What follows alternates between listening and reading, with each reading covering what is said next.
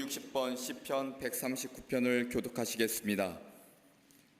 여호와여, 주께서 나를 살펴보셨으므로 나를 아시나이다.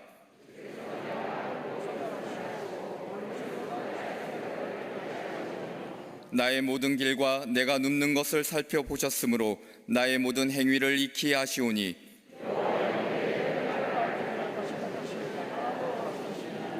내가 주의 영을 떠나 어디로 가며 주의 앞에서 어디로 피하리이까?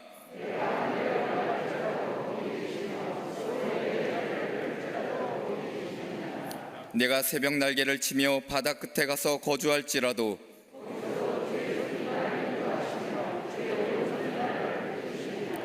하나님이여, 나를 살피사 내 마음을 아시며 나를 시험하사 내 뜻을 아옵소서.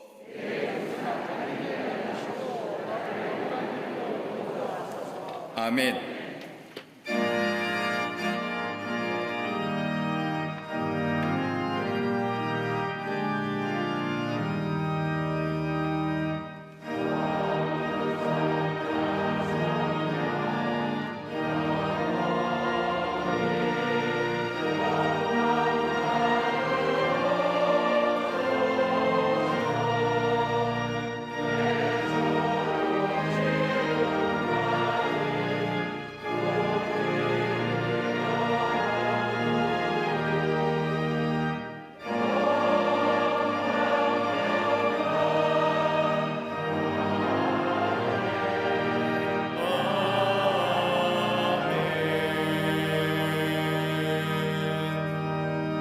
전능하사 천지를 만드신 하나님 아버지를 내가 믿사오며 그 외아들 우리 주 예수 그리스도를 믿사오니 이는 성령으로 잉태하사 동정녀 마리아에게 나시고 본디오 빌라도에게 고난을 받사 십자가에 못 박혀 죽으시고 장사한 지 사흘 만에 죽은 자 가운데서 다시 살아나시며 하늘에 오르사 전능하신 하나님 우편에 앉아 계시다가 저희로서 산 자와 죽은 자를 심판하러 오시리라.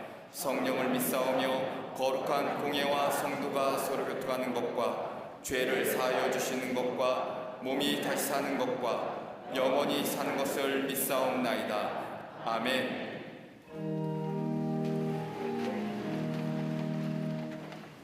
한 해의 반환점을 돌아 7월 첫 주일 주 앞에 나와 예배하게 하시니 감사드립니다. 지난 반년을 뒤돌아볼 때 모든 것이 하나님의 은혜였음을 고백합니다. 코로나로 인해 우리의 가정이, 나라가, 교회가 많은 어려움 가운데 있었지만 그때마다 주의 도우심으로 우리를 건져내 주셨음을 믿음으로 고백하게 하시사 다시금 주님만을 바라보며 담대한 믿음으로 살아가게 하여 주옵소서.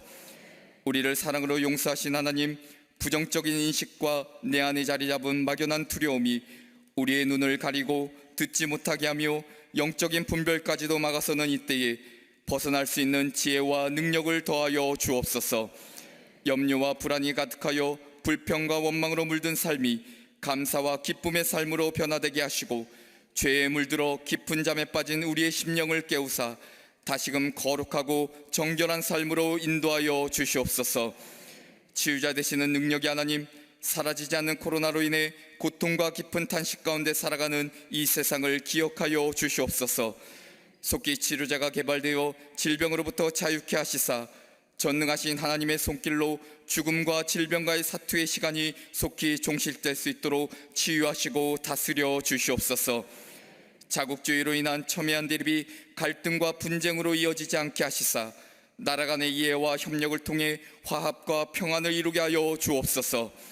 인간의 나약함을 깨닫게 하시는 재해와 기근 앞에 겸손케 하시고 어두운 사회 이면의 인종차별과 고독과 가난의 역경에서 벗어날 수 있도록 주의 사랑으로 도우시고 인도하여 주시옵소서. 이 나라를 긍휼히 여기시사 산발적인 코로나의 확산이 교회를 향한 비방과 책임 전가로 이어지지 않게 하시고 여론의 호도와 냉소적인 사회 시선 속에 살아가는 주의 백성들에게 크신 위로와 용기를 허락하여 주시옵소서. 하나님의 능력의 손길로 일상의 시간과 삶의 터전이 다시 회복되게 하시고 좌절과 슬픔에서 다시 일어설 수 있도록 도와주시옵소서. 방역과 치료를 위해 헌신하는 의료진과 봉사자들의 건강을 마지막까지 지켜주시며 그들의 수고와 노력이 결코 헛되지 않도록 인도하여 주옵소서. 대통령과 위정자들의 이기심과 욕심, 당파 간의 분쟁으로 인해 사회가 혼돈에 빠지지 않게 하시고 위선적인 명분에서 비롯된 정책들은 버리게 하시며 특별히 차별금지법을 통해 하나님의 창조 질서를 어지럽히는 죄를 범하지 않도록 도와주시옵소서. 성경적 가치와 바른 판단이 무너져버린 윤리와 도덕, 문란한 문화와 혼란 속의 교육에 이르기까지 모든 분야에서 하나님의 주권과 회복이 임하게 하여 주시옵소서. 특별히 경제적인 침체로 고통 속에 있는 백성들을 위로하여 주시고 어려운 시기를 넉넉히 이길 수 있도록 성령님께서 인도하여 주시옵소서. 택하신 한반도 땅에 분단된 아픔을 간직하며 살아야 하는 백성들에게 복음의 능력으로 통일의 그날을 보게 하시고 한 치 앞도 할 수 없는 긴장된 관계 속에서 벗어나 자유와 평화가 이 땅에 온전히 임하게 하여 주시옵소서. 교회를 통해 역사하신 하나님, 특별히 32회 호렙산 기도를 허락하시사 새벽 미명에 깨어 올라와 나라와 민족을 위해 이 땅의 회복을 위해 기도하게 하시니 감사드립니다. 마지막까지 기도 응답의 확신을 가지고 믿음으로 호렙산에 올라 하나님의 살아계심과 능력을 보게 하여 주시옵소서.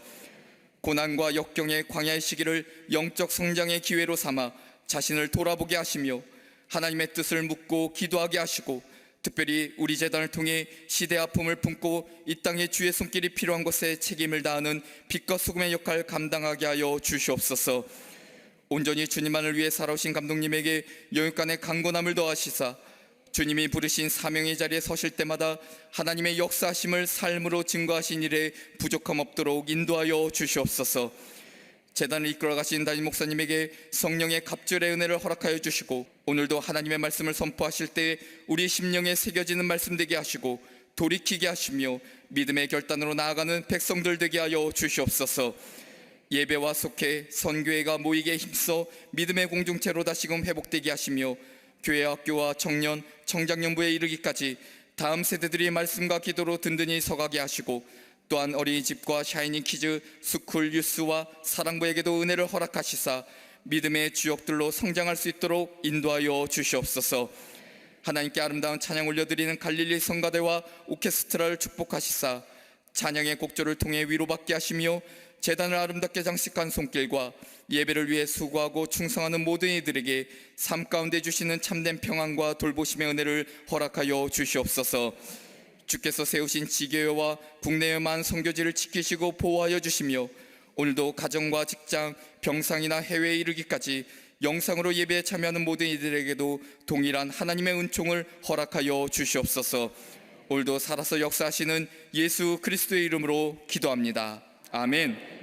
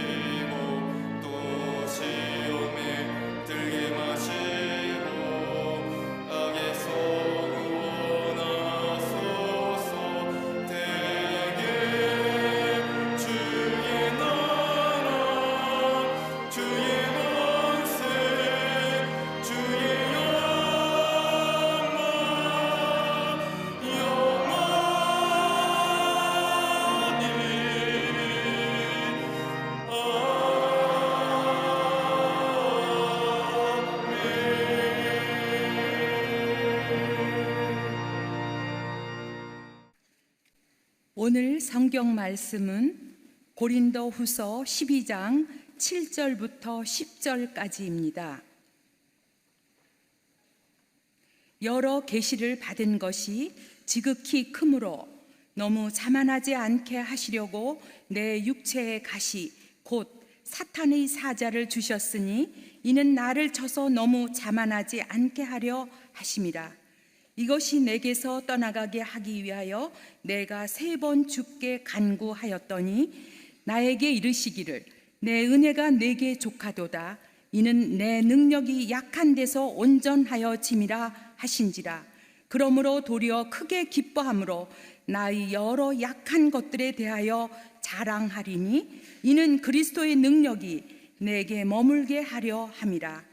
그러므로 내가 그리스도를 위하여 약한 것들과 능욕과 궁핍과 박해와 곤고를 기뻐하노니 이는 내가 약한 그때의 강함이라. 아멘.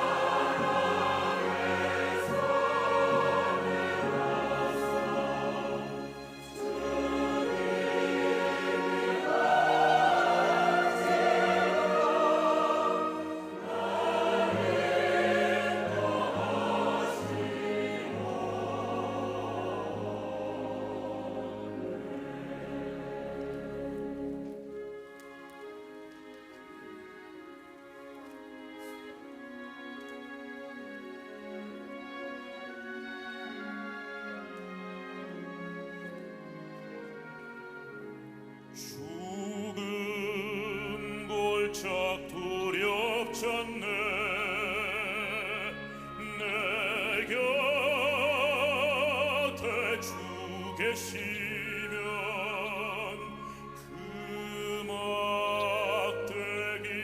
금악대기와 지팡이 날 인도하시도다.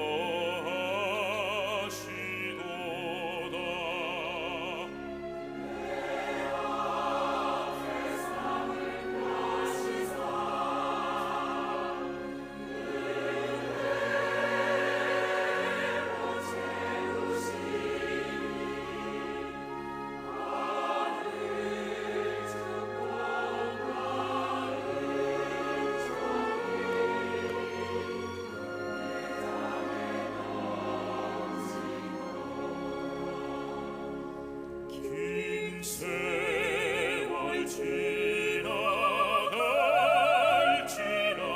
선함은 영원하리.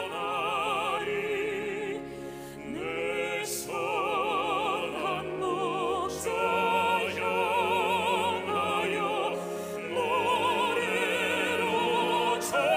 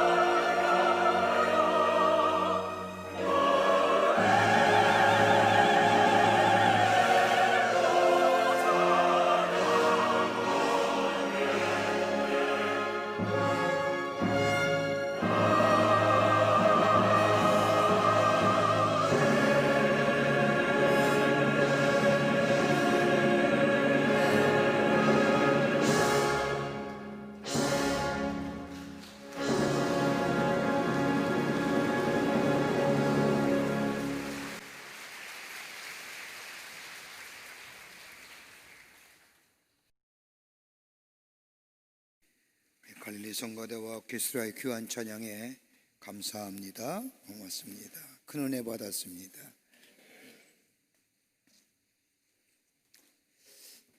오래전에 나온 책 가운데 헤놀드 쿠시너라고 하는 사람이 쓴 책 제목 왜 선한 사람에게 나쁜 일이 생기는가라고 하는 책이 있습니다. 이 책의 저자인 헤놀드 쿠시너 목사님은 전성이 착한 분으로서 큰 교회의 목회자로서 사람들에게 존경과 사랑을 받는 목사님이었습니다. 어느 날 그에게 태어난 귀한 아들이 3개월 만에 심각한 병이 있음을 발견하게 됩니다. 그 병은 다름이 아니라 조루증이란 병입니다. 어린아이가 늙어가는 겁니다.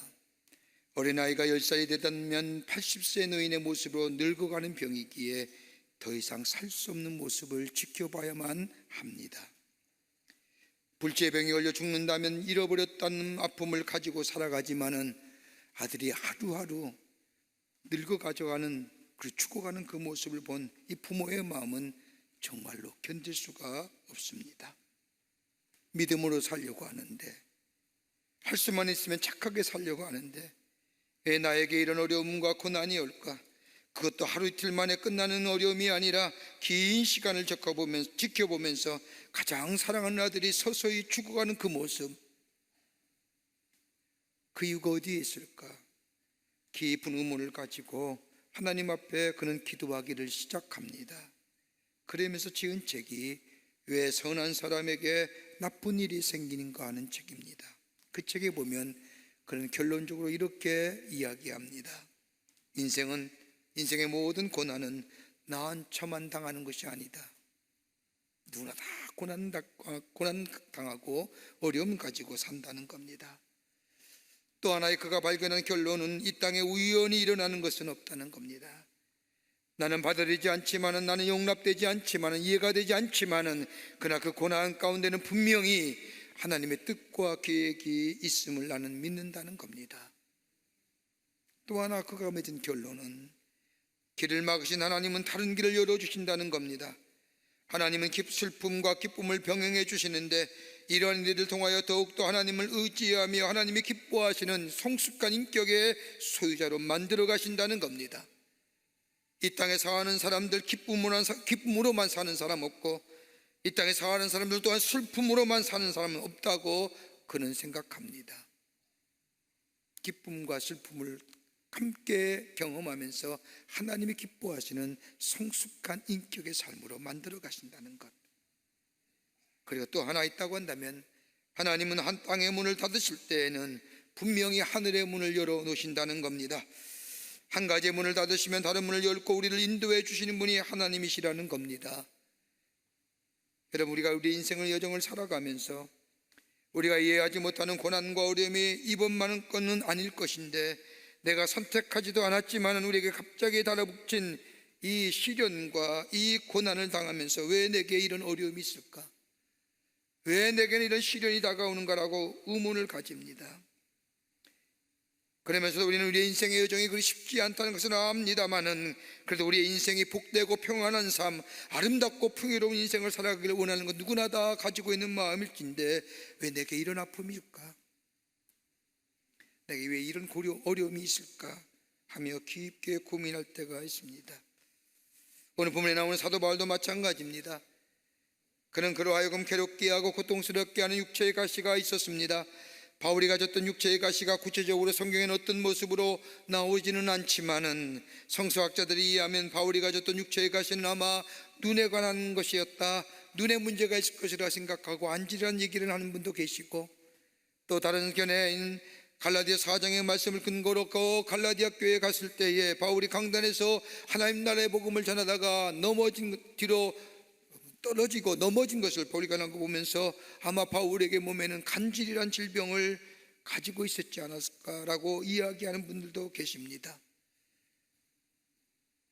그러기에 바울이 말하는 육체의 가시라고 하는 것은 다름이 아니라 육체적으로 다가오는 고통, 육체의 질병이라 할 수 있을 겁니다.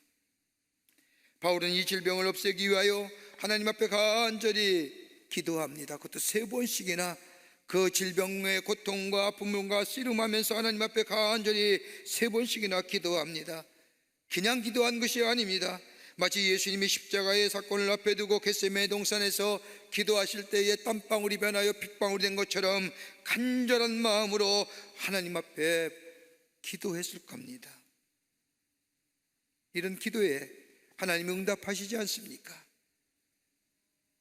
내 은혜가 내게 족하다라고 하는 말씀으로 바울의 기도에 응답하게 될 때 바울은 자신이 가지고 있는 고난과 어려움에 대한 새로운 해석으로 새롭게 다가갑니다. 그러면서 고백한 것이 나의 다 된 것은 하나님의 은혜입니다. 여러분, 우리의 인생의 삶, 고난과 고통 없는 사람 없을 겁니다.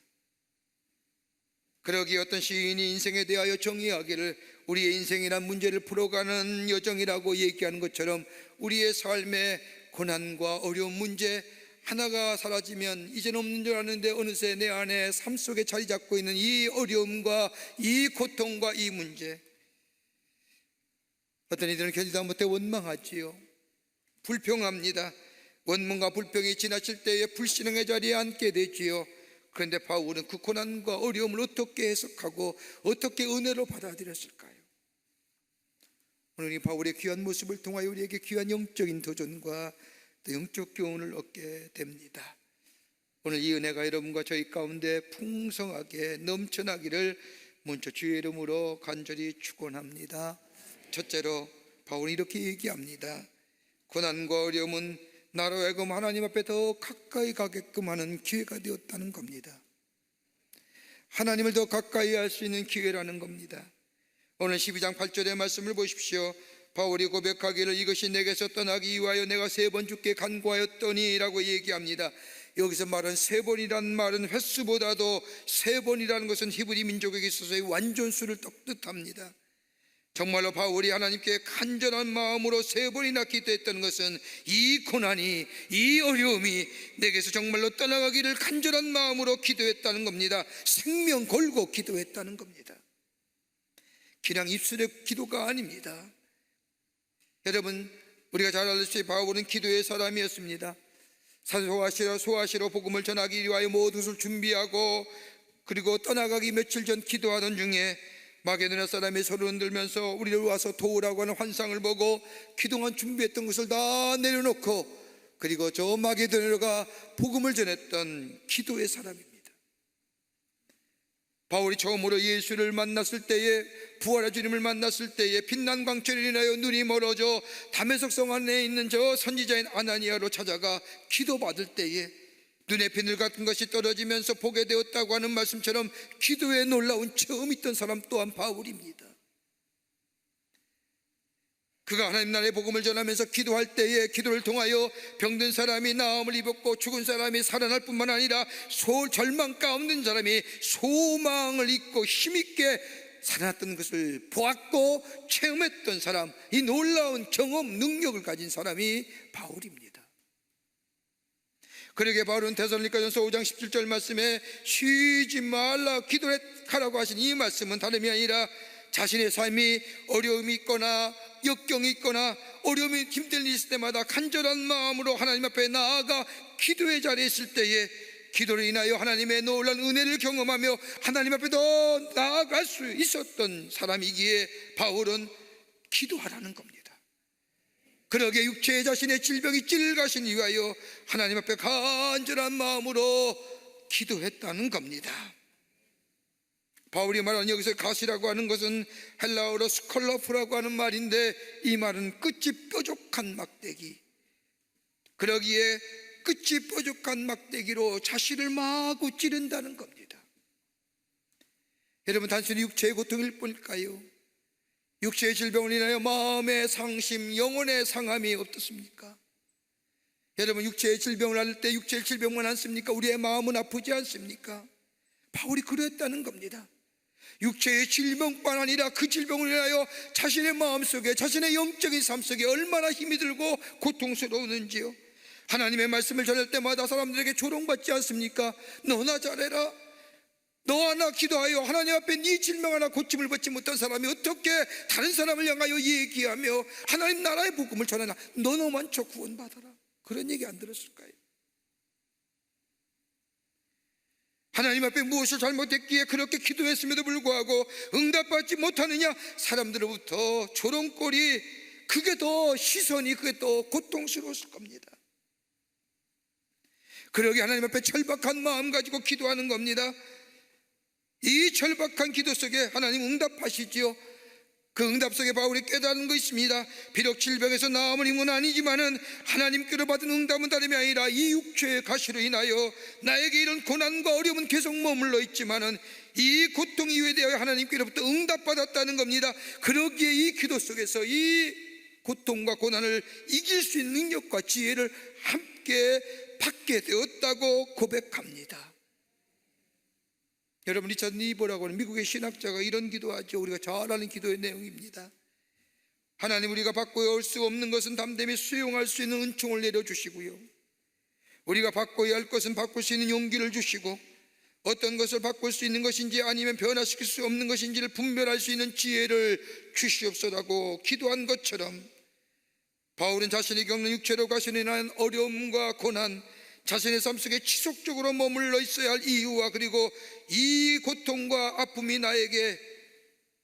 나로 인하여 하나님의 은혜와 하나님의 인도하심 속에서 이겨낼 능력은 다름이 아니라 기도를 통하여 공급받았다고 고백합니다. 사랑하는 여러분, 우리 하나님의 자녀이지요. 하나님의 자녀이기 때문에 고난과 어려움이 우리의 피해갈 것이라고 생각하지 않습니다. 그러나 그 고통이 우리에게 피해 나갈 수는 없지만, 아니 피해가지 않고 우리 안에 머물러 때도 있지만, 우리 여전히 하나님의 자녀답게 살 수 있는 것은 다름이 아니라 전능하신 하나님 앞에 나아가고 기도하면 하나님 우리에게 지혜와 능력을 주셔서 고통과 어려움 가운데 주저하지 않고 그것을 딛고 일어설 뿐만 아니라 하나님께 더 가까이 나아가 하나님을 아바 아버지라 부르며 기도할 수 있을 뿐만 아니라 이 내 삶 속에 당하는 이 찔리는 고통, 아픔을 통하여 하나님 앞에 영광 돌리는 삶으로 인도하신다는 그 놀라운 은혜가 우리 안에 있을 때에 있게 되기 때문에 실족하거나 넘어지지 않는다는 겁니다. 그러게 바울은 쉬지 말고 기도하라는 겁니다. 아브라함 보십시오.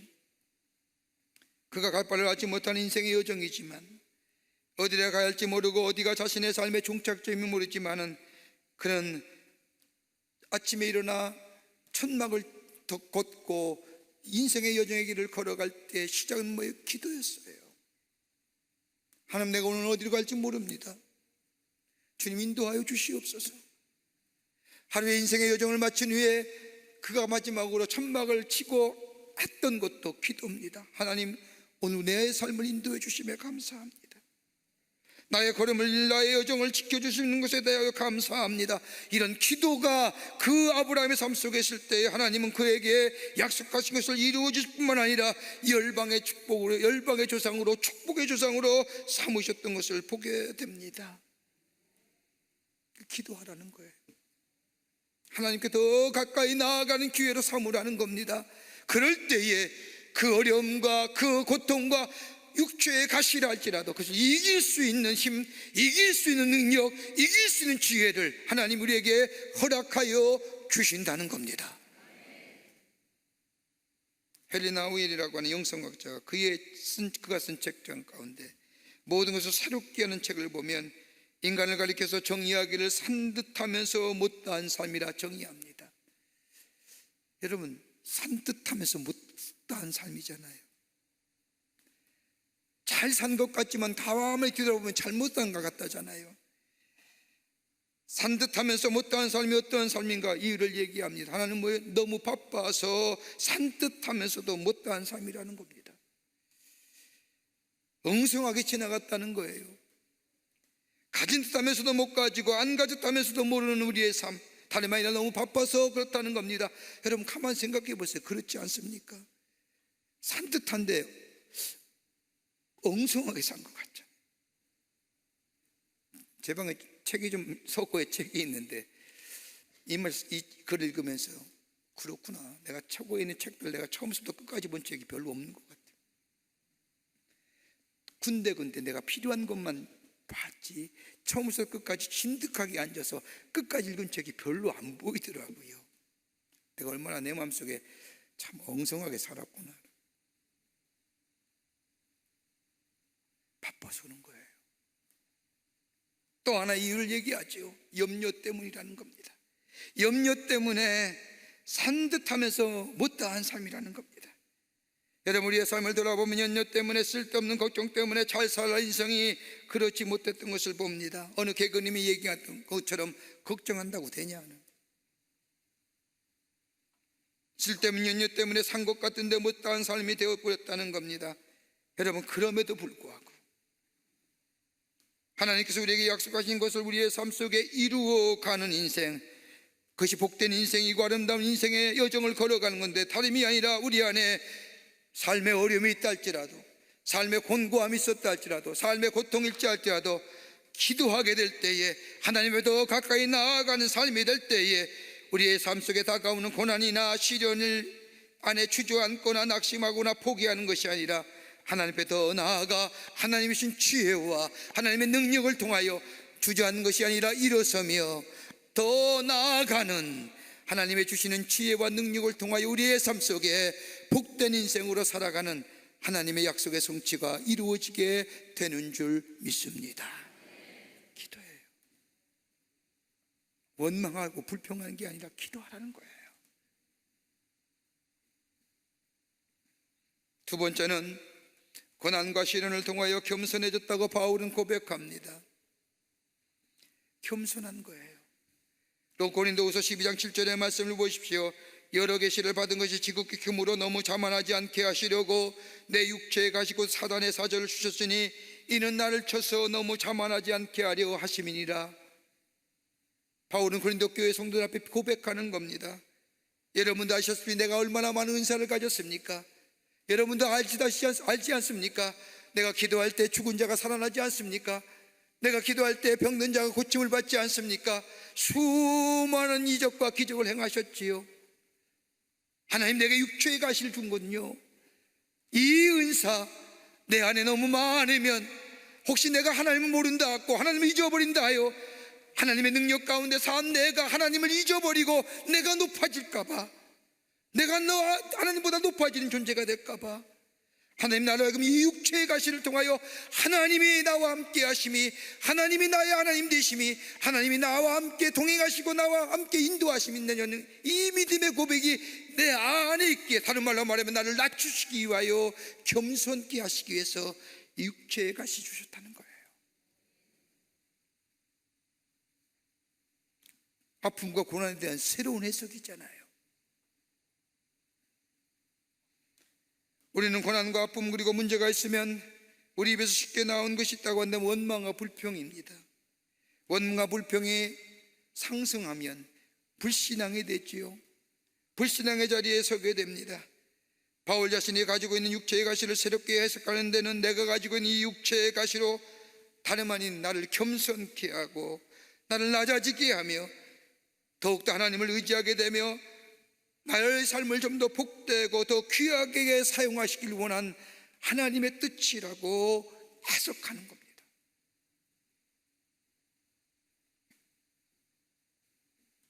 여러분, 신앙생활에서 가장 큰 덕목이 뭘까요? 겸손함입니다. 교만함은 하나님이 사용하지 않습니다.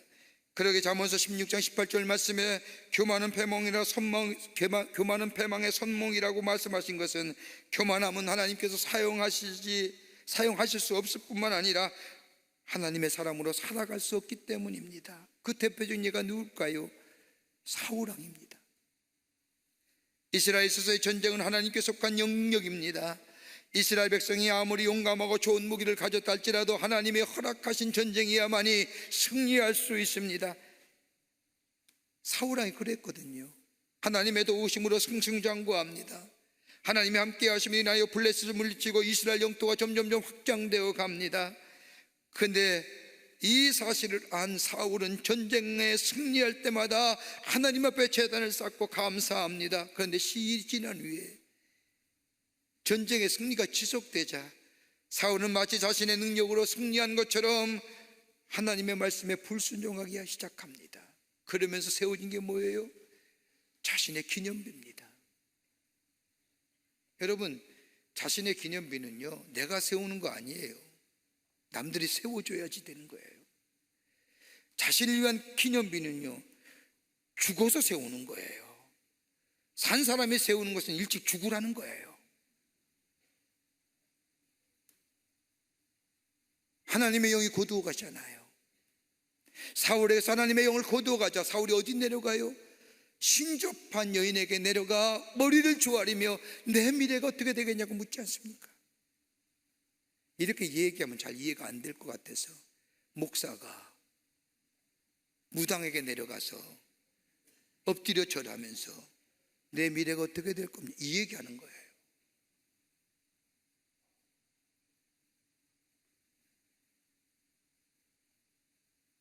교만한 자는 하나님이 물리하시잖아요. 바울은 보통 사람의 체험할 수 없는 놀랍고도 신비한 일들을 경험했지 않습니까?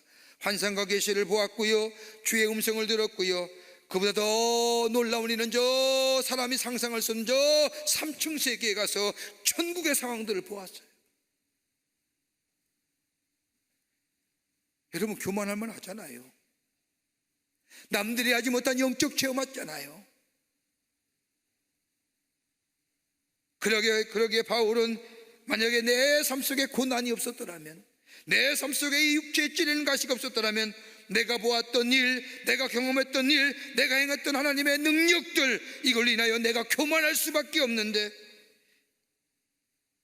하나님이 나로 하여금 겸손케 하시고 더욱더 하나님을 의지하게 하시며 하나님 나라에 쓰임받기 위해서 내게 이 아픔, 이 고난, 이 어려움 내게 주셨다는 거예요. 나를 또 하나님 사용하시기 위해서요. 하나님도 붙잡고 살기 위해서.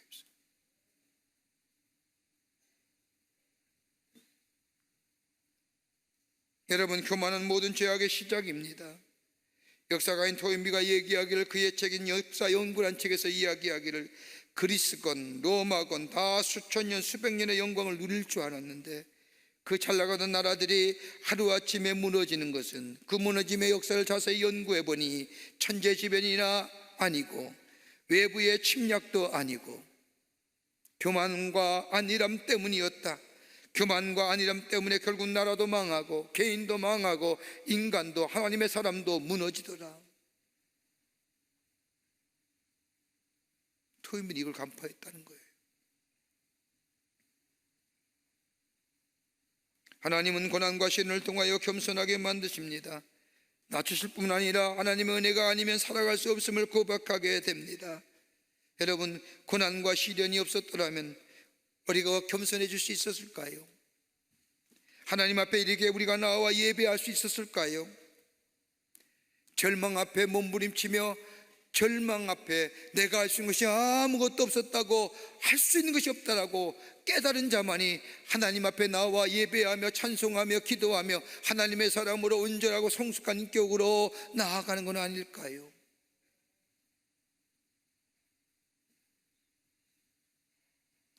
여기까지 살아온 건 내 힘이 아니라는 겁니다. 하나님의 은혜였습니다. 하나님의 도우심이 아니었다면 할 수 없었던 우리의 삶, 그 믿음과 하나님 앞에 낮아지는 겸손의 고백이 있게 될 때에 은혜의 시간이 우리를 더 은혜 안에 거하게 하고, 그리고 하나님의 사람으로 온전하고도 귀하게 쓰임받는 놀라운 은혜가 있음을 안 바울은 고난과 어려움이 오더라도 겸허하게 낮추시는 하나님의 은혜, 하나님의 뜻이라 바라보았던 것입니다. 그러기에 바울이 12장 9절 말씀에 이렇게 고백하지 않습니까? 나에게 이르시기를 내 은혜가 내게 족하다, 이는 내 능력이 약한 데서 온전하여 짐이라 하심지라. 교만한 마음에는 하나님의 은혜에 대한 감사의 고백이 없습니다. 모든 것이 자신의 의지와 노력으로 이루어졌다고 믿기에 자신에 대한 긍지가 있습니다. 이 긍지가 교만함으로 이루어지게 됩니다. 그때는 하나님이 사용하지 않습니다. 나를 새롭게 만드신 하나님 은혜, 고난과 시련을 통하여 나를 낮추시고 나를 더 하나님의 은혜 안에 거하여 더 하나님의 역사에 쓰임받는 존재로 삼으시기 위한 하나님의 뜻임을 발견하며, 나의 나된 것은 하나님의 은혜라 고백했던 이 바울의 고백이 오늘 저와 여러분의 고백이 되어 하나님의 복된 삶으로, 복된 인생으로 살아가는 놀라운 은혜가 임하기를 간절히 축원합니다. 끝으로 살아계신 하나님을 증거하게 되었다는 고백입니다. 고난과 시련을 통하여 하나님을 증거하는 삶이 되었다는 겁니다. 고린도후서 12장 10절 말씀을 보십시오. 그러므로 내가 그리스도를 위하여 약한 것들과 능력과 궁핍과 박해와 곤고를 기뻐하노니 이는 내가 약한 그때의 강함이니라. 여러분, 바울은 자신이 가지고 있는 육체의 가시를 통하여 자신감을 잃어버린지도 모릅니다. 여러분, 가만히 보세요. 우리 안에 육체의 가시가 있으면요, 자신감을 잃어버려요. 조심스럽게 말씀드리지만 가정에 육체의 가시로 고생하는 자녀 있으면요, 그 부모는 자신감을 잊어버려요. 나의 몸이 원치 않는 질병이나 그 밖의 것들, 즉 육체의 가시가 있으면 자신감이 사라짐을 보게 됩니다. 바울이 그랬거든요. 여러분, 바울이 빌립보서에 자신의 삶을 고백한 걸 보십시오. 나는 저 공부하기를 가발의 문화의 상이었고 로마의 시민권자였고 율법의 대가였고 특별한 신분의 소유자였고, 자신에 대하여 이렇게 얘기했던 이 바울, 얼마든지 자기 자신이 가지고 있는 것들로 자신을 자랑할 수 있었으나 자신이 가지고 있는 육체의 가시로 그렇지 못하잖아요. 육체의 가시로 자신은 아무것도 아닌 자로 생각했는지도 모릅니다. 이 고통과 아픔 때문에 자신이 하고 싶거나 자신을 즐겁게 하는 취미나 여가들 생각하지도 못했을 겁니다. 이 아픔 때문에 낙심했을 것이고, 이 아픔 때문에 자신의 한계에 부딪혔을 것이고, 이 한계 때문에 의로움이나 자신감이나 당당감 다 잊어버린지도 모릅니다.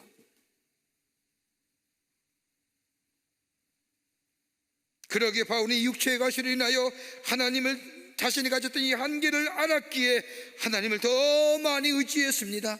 하나님을 더 많이 불렀습니다. 하나님 앞에 더 한 걸음 한 걸음 나아갈 수 있었다는 겁니다.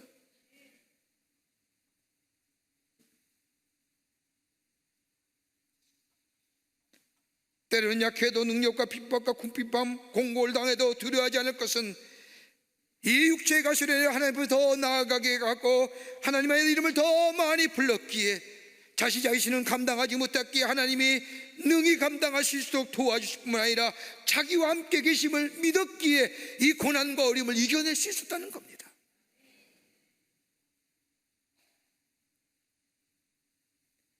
자기가 드러나는 것이 아니라 자기를 통해 역사하신 하나님이 내 삶을 통해 드러나게 된 것은 나의 연약함 때문에, 나의 아픔 때문에 하나님을 의지하게 되었고, 하나님 내 삶을 인도해 가신 것을 사람들에게 더 많이 증거할 수 있는 기회가 되었다는 고백입니다.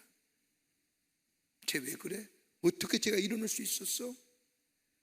쟤는 어떻게 저렇게 힘있게 살아? 왜요? 하나님 앞에 나아가 하나님 앞에 붙잡고 기도했더니 하나님이 내게 그 일을 이길 수 있는 능력과 힘과 기회를 주셨기에 내 안에 역사하신 하나님을 증거하게 됐다는 거예요. 미국 오클라호마의 조그만 시골에 한 소년이 살고 있었습니다. 목사님의 손자였습니다. 어려서부터 할아버지와 더불어 부모님과 더불어 신앙생활하고 자랐습니다. 그런데 아버지로부터 한 번도 칭찬을 받지 못한, 들어보지 못한 삶을 삽니다. 그러기에 그에게는 사랑에 대한 갈급함이 있었습니다. 인정받고 싶은 마음이 있었습니다. 이런 마음의 욕구가 청소년기에 들어가면서 사랑을 갈구하다가 그만 동성을 사랑하게 됩니다. 동성애자가 된 겁니다. 자신이 믿어왔던 신앙과 자기가 고백했던 신앙과는 전혀 다르게 살고 있는 이 괴로움이 그의 삶을 온통 검게 만들어 버렸습니다. 이것을 잃어보려고, 극복해 보려고 그는 기독교 대학, 개통의 대학에 입학했지만 자신이 가지고 있는 이 괴리감 극복할 수 없어서 여러 번 자살을 시도하다가 실패하면서 학교 공부조차도 포기하게 됩니다. 시리와 낙담 가운데 있습니다. 마약이 손을 대면 마약 중독자가 됐습니다. 그러던 가운데 자기를 위해 기도한 한 친구의 전화를 받게 됩니다. 그 친구 수화기 너머에 들어온 친구의 음성에, 친구야, 내가 너를 위해 기도할 때에 기도의 응답을 주셨는데 하나님께서 너에게 음악을 주신다고 하네. 근데 그 음악은 모든 사람이 부를 수 있는 감동스러운 음악을 주신다고 하는데, 그러니 음악을 해보는 것이 어떻겠어? 라고 친구가 이야기합니다. 그러면서 이어지는 말이, 우리 엄마도 너에 대해 꿈을 꾸었는데 이상하게도 나와 같은 꿈이었어. 그러니 음악을 해보는 것이 어떻겠냐? 만약 너희 집에서 하기가 힘들면 우리 집에 와서 같이 살면서 해보지 않겠니? 라고 친구가 전화기 통하여 제의하는 겁니다. 이 제안을 받은 이 친구는 그 친구 집에 가 함께 살기 시작하면서 음악을 하기 시작합니다. 음악을 공부하면서 곡도 쓰기 시작을 합니다. 그러던 어느 날 한 친구와 가족과 함께 한 콘서트에 참석하게 됩니다. 콘서트 제목이 사도행전 2장과 함께하는 제목의 콘서트였습니다. 그때 한 사회자가 나와서 이런 이야기하는 겁니다. 주님께서는 용서하지 못할 죄, 치유하지 못할 죄 없습니다. 당신의 죄에 더 숨길 필요가 없습니다. 하나님은 당신을 너무나 사랑하시고 그러기에 기다리고 계십니다. 일반적인 이야기지요. 그런데 이 이야기가 이 사람에게는 하나님이 자신에게 말씀하시는 하나님의 음성으로 듣게 됩니다. 이제 그 자신은 자신이 한 이 동성애의 행위가 하나님이 절대로 용서하지 않을 거라고 생각했습니다. 그러면서 나는 저주받은 인생이라고 생각하며 살았습니다. 그런데 이 사회자의 말 한마디 앞에 나를 용서하시고 받아주시는 주님의 십자가가 그의 앞에 나타나기 시작한 겁니다. 십자가 앞에 그동안 죄책감과 억눌린 삶, 자신의 죄된 모습의 삶, 아버지에게 받지 못했던 사랑과 더불어 아픈 마음들을 그 자리에다 쏟아내오면서 그는 예수의 십자가 앞에 다시 서게 됩니다. 친구 집에서 읽었던 시편의 말씀, 다윗의 생애에 대한 말씀을 읽으면서 묵상했던 것들, 그 말씀들이 그의 뇌리에 주마등처럼 스치면서 십자가 앞에 자신의 죄를 회개하며 울기 시작을 합니다. 하나님의 은혜의 물결이 그의 삶을 덮습니다. 그리고 동성애의 끌림보다도 더 풍성한 하나님의 은혜가 그의 마음속에 임하게 됩니다. 그 가운데 글과 곡을 쓰기 시작합니다. 그가 작곡하고 그가 작사한 곡이 바로 데니스 저니건이 쓴 약할 때 강함 되신 주예요. 약할 때 강함 대신에 나의 보배가 되신 주, 주 나의 모든 것, 주 안에 있는 보물을 나는 포기할 수 없네. 주 나의 모든 것, 십자가 제사하셨네. 주님의 이름 찬양해. 주 나의 모든 것, 쓰러진 나를 세우고 나의 빈잔을 채우네. 주 나의 모든 것, 예수 어린 양 존귀한 이름, 예수 어린 양 존귀한 이름. 이 찬양을 통하여 변화되었습니다. 그리고는 동성애 마약을 끊고 대학 때 만났다가 헤어진 멜린다라고 하는 여인과 결혼하고 9명의 자녀를 두고 복음을 전하는 하나님의 사람이 되었답니다.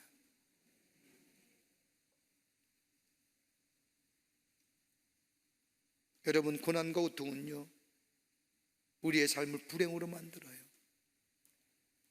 고난과 고통의 삶은 우리의 성격도 바꿔요. 고난과 고통의 삶은 우리의 습관도 바꾸고요. 그 고난과 아픔의 자국 때문에 괴로워한 분들이 얼마나 많은지요. 그런데 사도 바울은 오늘 우리에게 이렇게 얘기하는 거예요. 그러냐? 기도의 자리에 들어가. 하나님 더 가까이 하나님께 나아가. 그럼 하나님이 그 고난과 어려움 가운데 깊은 웅덩이와 수렁에 빠지지 않게 하시고 그를 일어서게 하시고 건져내셔서 우리의 삶의 여정을 하나님의 인도하심 받는 복된 삶으로 걸어가게 하실 거예요. 그건 나를 낮추시는 기회야. 그것마저 없었으면 우리가 얼마나 교만한지 아니? 그리고 그 일을 통하여 하나님이 내 안에 역사하신 그 하나님을 증거케 하시는 하나님의 계획이에요.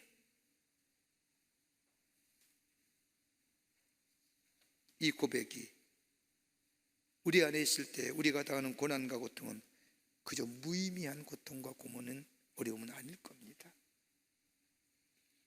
하나님 앞에 기도의 자리에 나가 주의 손 붙잡고 고난과 어려움을 극복하고 하나님이 주시는 놀라운 은혜와 역사를 경험하며 증거하는, 하나님의 살아계심을 증거하는 여러분과 저 되시기를 주의 이름으로 축원합니다. 하나님 감사합니다. 저희들 주께서 사랑해 주시고 하나님의 자녀 삼으심에 감사합니다.